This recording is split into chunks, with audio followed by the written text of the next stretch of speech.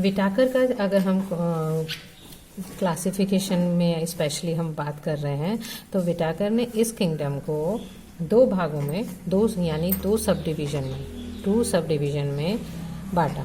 किसे? जगत मोनेरा को। ठीक है, 2 सब डिविजन्स। एक तो उन्होंने लिया आर्की बैक्टीरिया, जिसमें इन्होंने ज़्यादातर जो है प्रिमिटिव टाइप के, यानी बहुत ही ज़्यादा पुराने टाइप के, यानी हार्श कंडीशन में रहने वाले, जो विकट परिस्थितियां कभी पहले रही होंगी उसमें सरवाइव करने वाले बैक्टीरियाज को उन्होंने रखा। तो आप यहाँ पर अगर कैरेक्टरिस्टिक लिखेंगे तो इस तरीके से आप लिख सकते हैं कि प्रिमिटिव टाइप के हैं, बहुत ही पुराने टाइप के, और हार्श कंडीशन में रहने वाले। ठीक है, हार्श कंडीशन में रहने वाले। उस हिसाब से हम ये कह सकते हैं, अगर बहुत नमकीन वाले क्षेत्र में, यानी सॉल्टी कंडीशन में रहने वाले अगर हैं तो उनके नाम अलग हैं।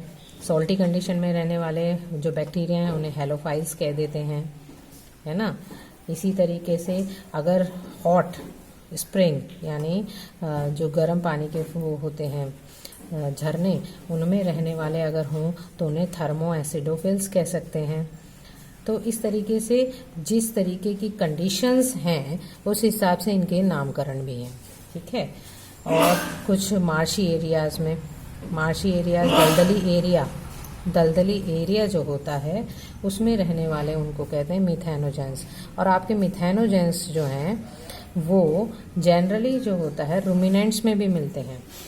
ठीक है, ये कहाँ मिलेंगे? रूमिनेंट एनिमल्स जो होते हैं आपके, रूमिनेंट एनिमल्स आपने पिछली क्लासेस में पढ़ा होगा, जो ये गाय भैंस होते हैं जो अपना खाना बार बार जुगाली कर कर खाते हैं, उन्हें रूमिनेंट एनिमल्स कहते हैं। तो इनकी इंटेस्टाइन में भी, गट्स में भी ये जो है आपका बैक्टीरिया, मिथेनोजन बैक्टीरिया मिलता है। और इसी के कारण जो आपकी बायोगैस है ना, बायोगैस का प्रोडक्शन गोबर से जो होता है वो इसी के कारण, इसी बैक्टीरिया के कारण हो पाता है। और ये मीथेन का प्रोडक्शन जो कि बायोगैस में होता है उसका प्रोडक्शन हो पाता है। ठीक है, तो ये चीज़ कभी कभी पूछ ली जाती है कि ये रूमिनेंट एनिमल में ऐसी क्या खास बात होती है कि ये मीथेन का प्रोडक्शन कर देते हैं। तो आप इस बैक्टीरिया का नाम लिख देंगे। ऐसे ही अगर हम यू बैक्टीरिया को देखें तो ये एक तरह से ट्रू बैक्टीरिया हैं हमारे, है ना। जो मेनली जो ट्रू बैक्टीरिया वाली कंडीशन आती है इन्हें ट्रू बैक्टीरिया कहते हैं। इसमें जो सेल वाल होती है बहुत ही ज़्यादा रिजिड होती है और इनमें फ्लैजेला भी पाया जाता है, फ्लैजेलम भी प्रेजेंट होता है। फ्लैजेला जैसे मैंने आपको बताया था, ये एक तरह से मोटाइल होते हैं, मूवमेंट में हेल्प करते हैं। अगर बैक्टीरिया आपका मूवमेंट शो करेगा तो वो फ्लैजेलम के द्वारा ही करेगा। ये भी मोड ऑफ न्यूट्रिशन के आधार पर, फिर से अगर हम इसे ट्रू बैक्टीरिया को मोड ऑफ न्यूट्रिशन, यानी किस प्रकार से ये अपना भोजन या पोषण प्राप्त करते हैं, उस आधार पर इसे कई भागों में बांटा गया है, मेनली 3 भागों में। तो फोटोसिंथेटिक, ठीक है, फोटोसिंथेटिक में आपको मैं पहले ही बता चुकी हूँ, ऑटोट्रॉप में और यहाँ फोटोसिंथेटिक ऑटोट्रॉप्स होते हैं। इसमें आपके जो आते हैं साइनोबैक्टीरिया आते हैं, साइनोबैक्टीरिया, जिन्हें हम ब्लू ग्रीन एल्गी भी कहते हैं, ब्लू ग्रीन एल्गी। ठीक है, ब्लू ग्रीन एल्गी कहते हैं। ऐसे ही यहाँ पर इनको अगर देखें तो केमो सिंथेटिक ऑटोट्रॉप्स कहते हैं। मैंने आपको पहले बताया कि ये केमिकल से अपना जो भोजन है वो प्राप्त करते हैं। ठीक है, ज़्यादातर रिसाइकलिंग एजेंट्स जो होते हैं, रिसाइकल जो करते हैं, नाइट्रोजन, फॉस्फोरस, जो हमारी पूरी एनवायरनमेंट में होती है उसको रिसाइकल करके जो यूज़ करते हैं वो केमोसिंथेटिक में आते हैं।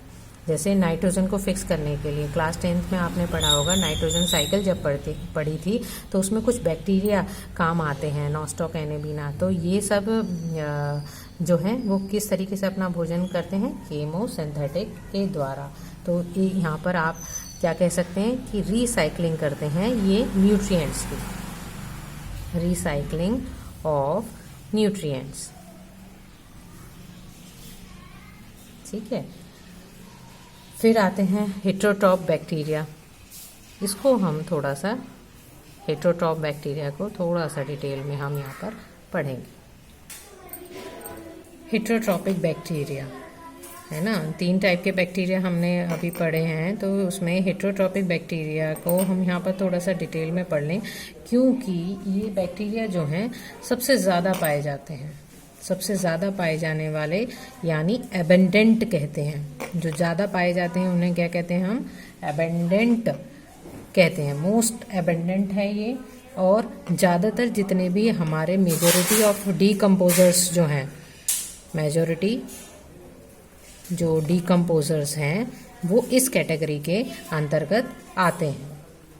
ठीक है, तो हम इसमें 2 कैटेगरीज, ये हमारे लिए यूज़फुल भी हैं और ये हमारे लिए हार्मफुल भी हैं। आपने ज़्यादातर बैक्टीरियाज वगैरह का नाम जितनी भी बीमारियां होती हैं उनमें सुना होगा, है ना। तो हार्मफुल भी हैं लेकिन कुछ यूज़फुल भी हैं। जैसे हम क्या करते हैं, देखो दही जमाते हैं घर में, कर्ड जो जमाते हैं वो भी किसके कारण है, इन बैक्टीरियाज के ही कारण है ना। जितनी भी दवाइयाँ बनती हैं, प्रोडक्शन ऑफ एंटीबायोटिक्स जो होगा, एंटीबायोटिक जब भी हम बनाएंगे तो वो किसकी मदद से होगा, वो भी बैक्टीरिया की वजह से होगा। तो अब हम जब कभी भी बैक्टीरिया की बात करेंगे तो केवल ये नहीं कहेंगे कि वो केवल बीमारियां ही कॉज करते हैं, है ना। और दूसरा, नाइट्रोजन फिक्सेशन जो होती है, यानी एनवायरनमेंट में जो फ्री नाइट्रोजन होती है उसको फिक्स करने का काम भी कौन करते हैं, हेटेरोट्रॉपिक बैक्टीरिया ही करते हैं।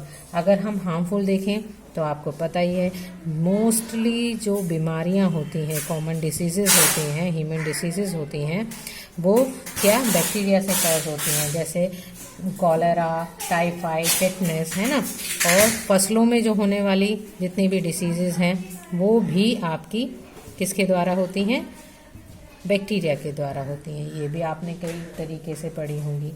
अगर हम अब इनमें, हमने ये मोड ऑफ न्यूट्रिशन देख लिया कि इनका पोषण किस प्रकार से होता है।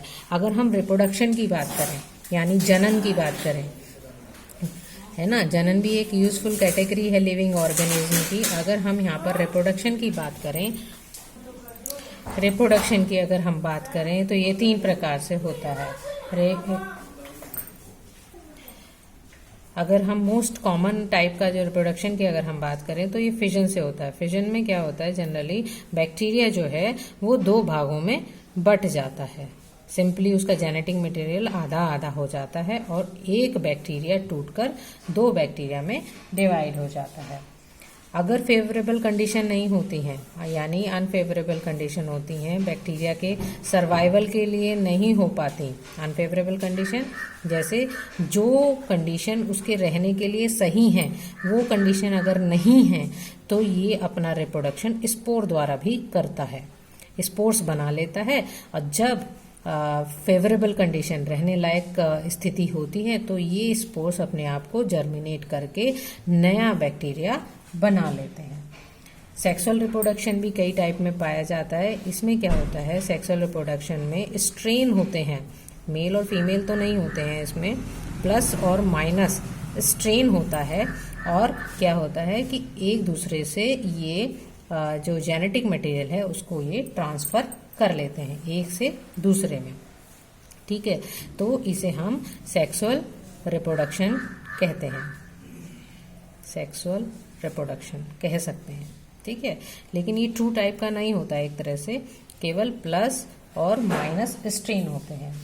यहाँ पर एक माइकोप्लाज्मा जीनस है, जीनस और स्पीशीज पढ़े थे, एक इस जीनस है किसका, बैक्टीरिया का। ठीक है, जीनस किसका, बैक्टीरिया का। इसको स्पेशली एनसीईआरटी के बुक में डिस्कस किया गया है।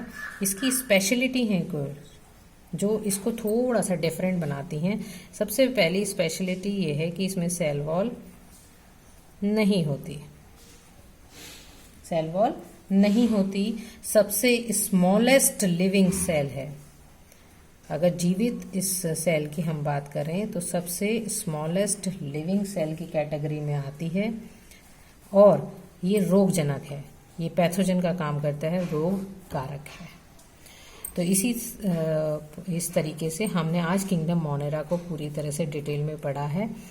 ये एक तरह से आपको सूक्ष्म रूप में है, आप इसकी डिटेल एक तो 2 लाइन में जिस तरीके से मैं कहती हूँ उसको डिटेल में आप तैयार कर लेंगे अलग अलग हेडिंग्स के अंतर्गत।